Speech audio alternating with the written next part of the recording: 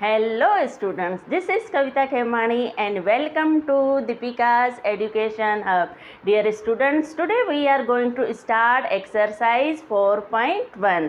इस एक्सरसाइज में हम क्या समझेंगे? About points, line segments, rays, इसके बारे में हम समझेंगे।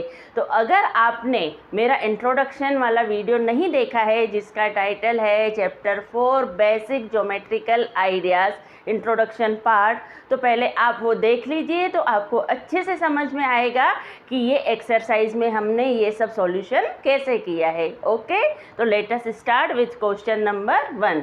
क्वेश्चन नंबर 1 में हमें एक फिगर मिला हुआ है, तो इसमें मिला हुआ है हमको use the figure to name. इस फिगर को यूज़ करके हमको नेम्स देने हैं। तो ए में हमसे पूछ रहा है 5 पॉइंट्स। अभी अगर आपको पता है कि पॉइंट्स क्या होते हैं तो आपको इजी रहेगा पॉइंट्स बताने में। पॉइंट्स मतलब जो सिंपल सा डॉट दिया हुआ होता है। तो हमें 5 पॉइंट्स बतानी है। तो इसमें कौन सी 5 पॉइंट्स है? एक पॉइंट ओ, पॉइंट को हमेशा हम कैपिटल लेटर में ही दिखाते हैं।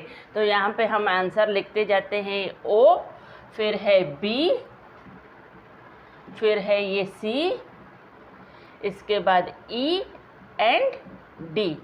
ओके, ये हमारी 5 पॉइंट्स हो गई। इसके बाद हमें बतानी है ए लाइन। अभी लाइन को हम कैसे डिनोट करते हैं? ऐसे करके एरो से डिनोट करते हैं। लाइन हमेशा एंडलेस होती है, वो कितनी भी आगे एक्सटेंड होती है।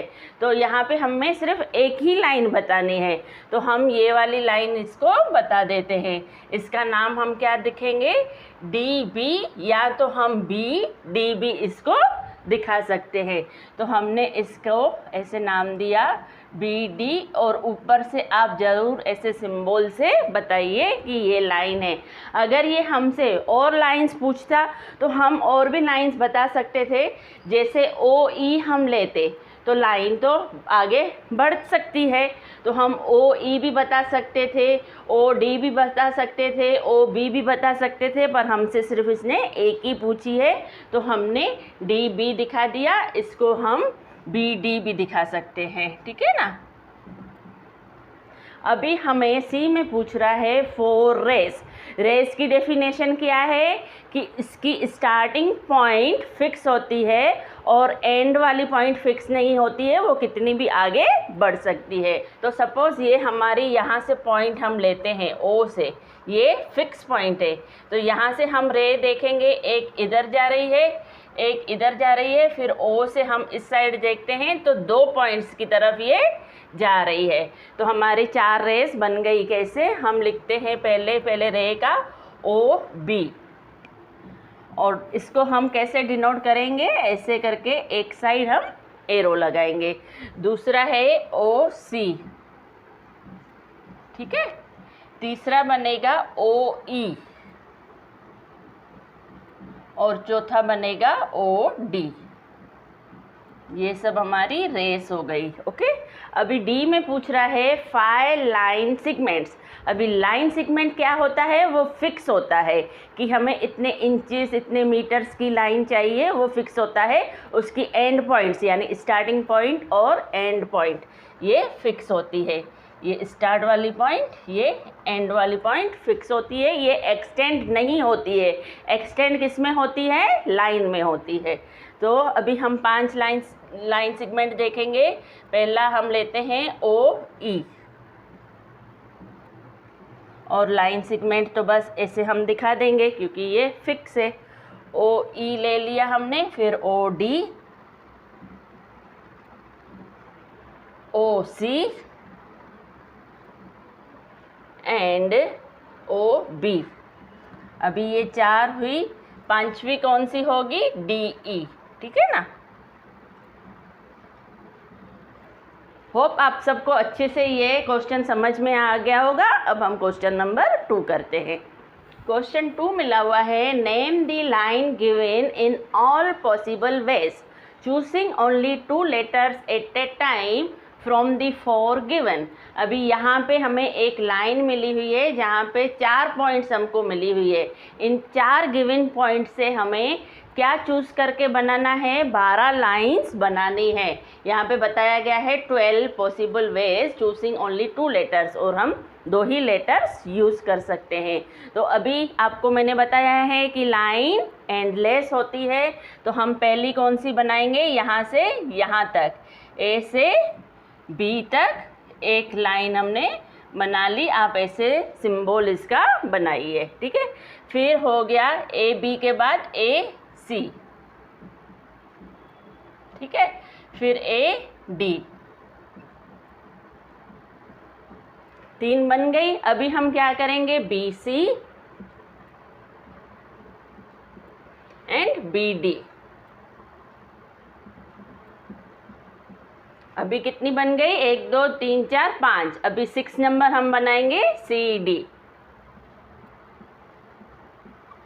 अभी मैंने आपको बताया है कि हम लाइन को ए बी दिखाएं या बी ए दिखाएं, या ए सी दिखाएं या सी ए दिखाएं, बात एक ही होती है।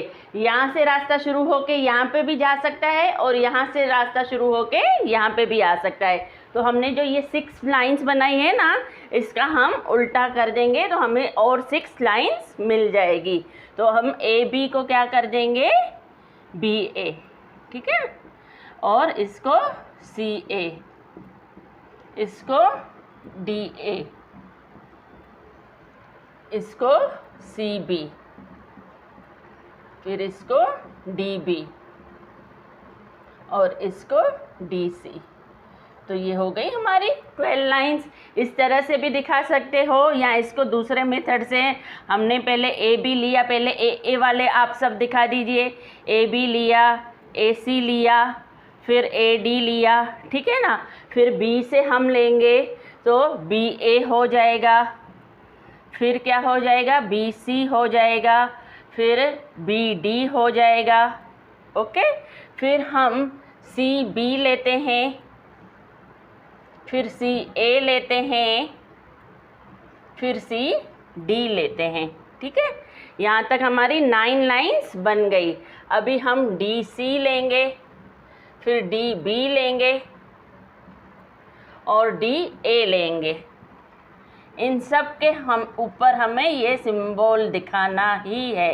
तो अभी आप ये काउंट करोगे तो ऐसे भी 12 लाइंस हमारी बन जाएगी। आपको जो भी तरीके से करना हो आप कर सकते हैं। क्वेश्चन 3 है, use the figure to name. अभी ये एक फिगर मिला हुआ है, इसको हम नेम्स देने हैं जो ये पूछ रहा है ABCD में। ए में क्या पूछ रहा है, लाइन कंटेनिंग पॉइंट ई। ऐसी लाइन बताओ जो पॉइंट ई को कंटेन करती है। पॉइंट ई यहाँ पे आ रहा है, तो इसको मैं ए और ई में भी दिखा सकती हूँ, दूसरा ई और एफ में भी दिखा सकती हूँ, तो ये पॉइंट ई आएगी। आप कोई भी दिखा सकते हो। तो पहली लाइन में दिखा रही हूँ ए ई, ठीक है, ऐसे सिंबल दे दीजिए। दूसरी लाइन दिखा रही हूँ ई एफ या एफ ई, जो भी बोलो। तो ये इसका आंसर हो गया। अभी बी में पूछ रहा है लाइन पासिंग थ्रू ए। अभी ये ए पॉइंट से जो लाइन पास हो रही है, तो कौन सी लाइन पास हो रही है, ए ई वाली लाइन पास हो रही है, तो हम लिख देंगे ए ई। सी में है line on which O lies. ऐसी लाइन बताओ जिस पे ओ है।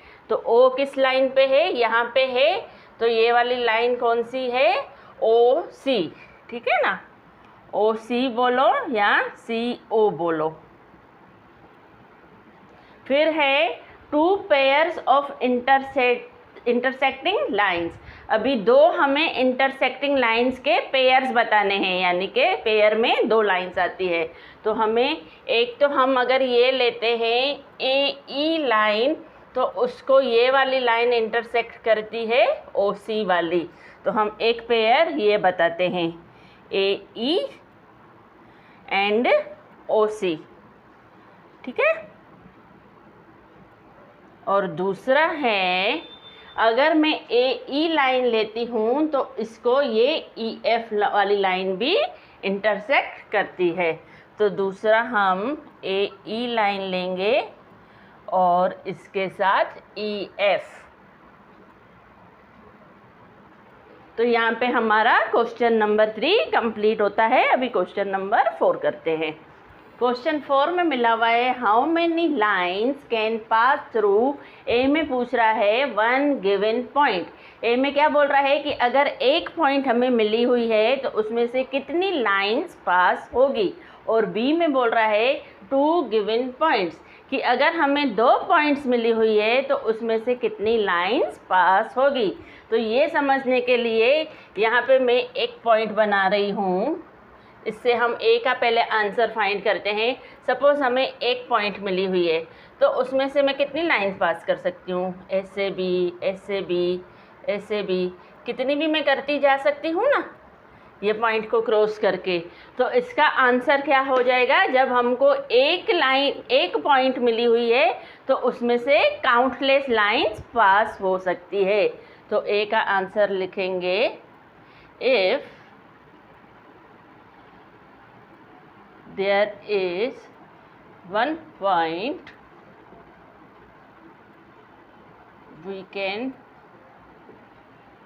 पास काउंटलेस लाइन्स। ओके, अभी बी के लिए हम देखते हैं। 2 पॉइंट्स हमको मिली हुई है तो क्या होगा। सपोज़ यहाँ पे हमें ऐसे 2 पॉइंट्स मिली हुई है तो मैं यहाँ से लाइन पास करूँगी तो ये ऐसे होगी। या तो फिर सपोज़ हमको ऐसे 2 पॉइंट्स मिली हुई है तो मैं यहाँ से लाइन पास करूँगी तो ये मैं एक ही कर सकती हूँ। अगर ये 2 गिवन पॉइंट में से मैं ऐसे करूँगी तो ये सिर्फ एक हो सकती है। जब मैं ऐसे करती हूँ तो ही ये 2 हो सकती है। तो मतलब जब हमको 2 पॉइंट्स मिली हुई होती है तो हम सिर्फ एक ही लाइन पास कर सकते हैं। तो बी का आंसर होगा 1 line can pass if there are 2 points. Okay students, hope आप सबको आज का लेक्चर अच्छे से समझ में आ गया होगा। अगर फिर भी आपको कोई डिफ़िकल्टी है तो आप मुझसे कमेंट बॉक्स में पूछ सकते हैं। और डियर स्टूडेंट्स, अगर आपने मेरे चैनल को अभी तक सब्सक्राइब नहीं किया है तो प्लीज़ जल्दी जल्दी से सब्सक्राइब कर लीजिए और अपने फ्रेंड्स के साथ शेयर करिए। Okay, thank you.